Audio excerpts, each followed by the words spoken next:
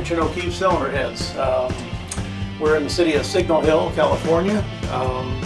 We started in 1969, and this is my 38th year. And hopefully this is our first video, and maybe we'll have some more, and you'll get to meet Mr. Jerry Branch, still working and doing heads and helping us out. Even though he started so many years ago, taught Elvis Presley to ride and built all of his motorcycles, and now he's in California doing it with us. So enjoy the video.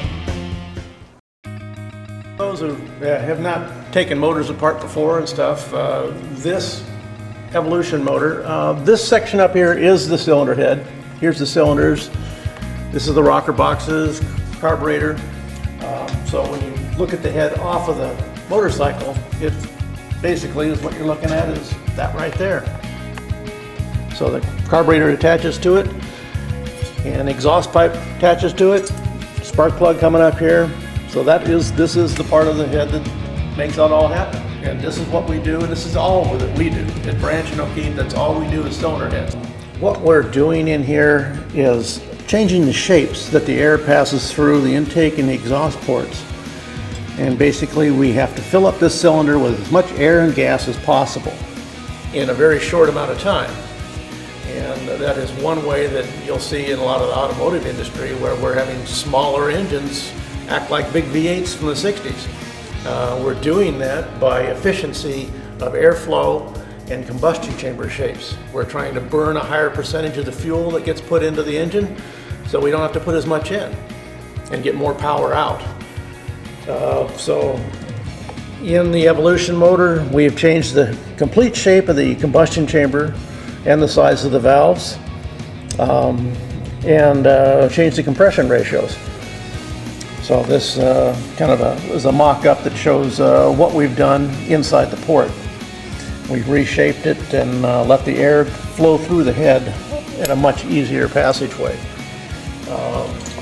Unlike turbocharging or supercharging, where you're getting over 100% of fill in the cylinder by pushing it in, we're trying to talk it through. We're trying to get it to go through on its own without being pushed. So we really have to rely on the shapes of what we do to get that air and gas into that cylinder. One of our projects with Branch and O'Keefe cylinder heads has been, connected with Harley Davidson Motor Company. We were hired by Harley to develop the Evolution motor back in the 70s, actually. And then also were hired to develop the V-Rod motor.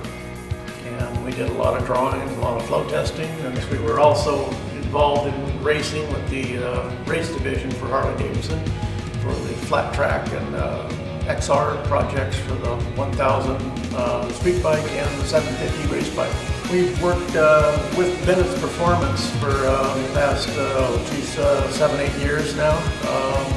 We on a lease with them in a building, so we share a nice space with dyno work and working with their land speed records, which they're holding, I believe, 2 records now for the Sportster class, and looking to do more this year.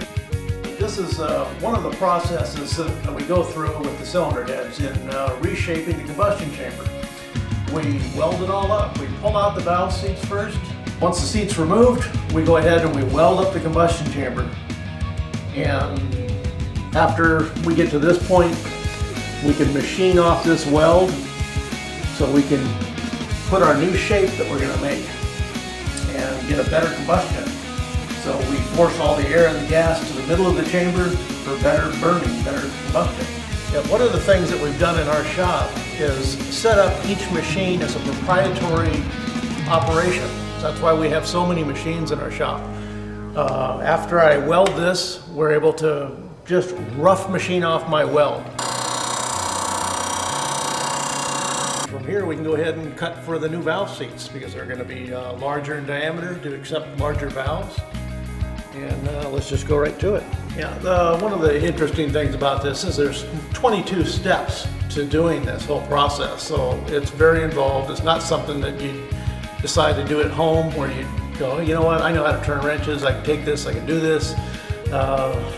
You're not going to be able to do this without a lot of equipment. Of got over $1 million wrapped up in equipment. Just not going to do that at home.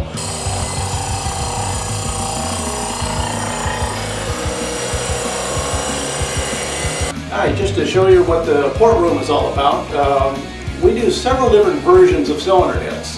This particular one that is up on the stand is for performance touring bikes. And on these, they're usually a little bit larger in displacement, the 103, 107 inch. We don't want as tight of a combustion chamber because we don't want the compression too high. Because these guys are packing double and they're going long distances, they don't need the compression. So in this particular head, we have not welded the combustion chamber, but we have blended it into the valve seats. We've already done the port work, and this one is having the combustion chambers shaped up and blended into the seats at the moment. I won't run the porting guns right now just because it's so noisy. We use these guns are very high horsepower. This is a 1 horsepower with a 3/8 inch shank on it, which is unusual. It's custom for us. Our air compressor is a 22 horsepower motored air compressor that puts out 120 pounds of pressure without a holding tank, just right off of the rotary screw. It's a big supercharger like you'd see in a car. So we have a lot of air. It's part of why you can't do this at home, because you don't have one of those. I don't have one at home. This is our flow bench. We can measure what's happening in the cylinder head, how much air is going through this thing, and where the air is. I have probes that I can measure and find out if there's just no air in certain spots. It's kind of like the windshield in your car with a flyer that just won't fly out at 100 miles an hour because there's no air hitting it. Well, the same thing happens in the cylinder head. We have areas that are just dead spots and there's no air there. And by changing the shape and the angle, we can fill those spots in and get 100% fill through those ports. And that's what our goal is.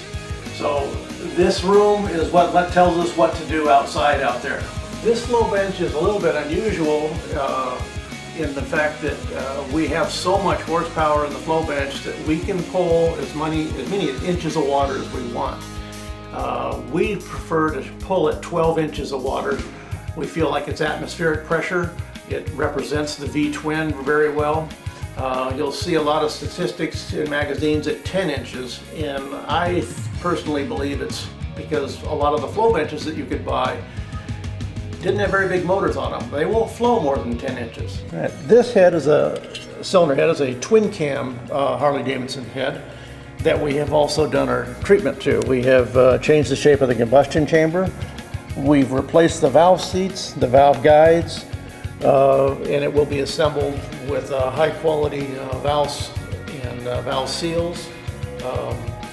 The valve guides are made out of a bronze manganese metal, which has a finer grain structure. So we're able to fit the valves to the guide tolerances tighter, which pulls more heat away from the valves because of the surface contact. And the grain structure is so fine that it doesn't tear up the valves themselves. So we get a lot of miles out of it. They can go for many, many miles without having to replace parts.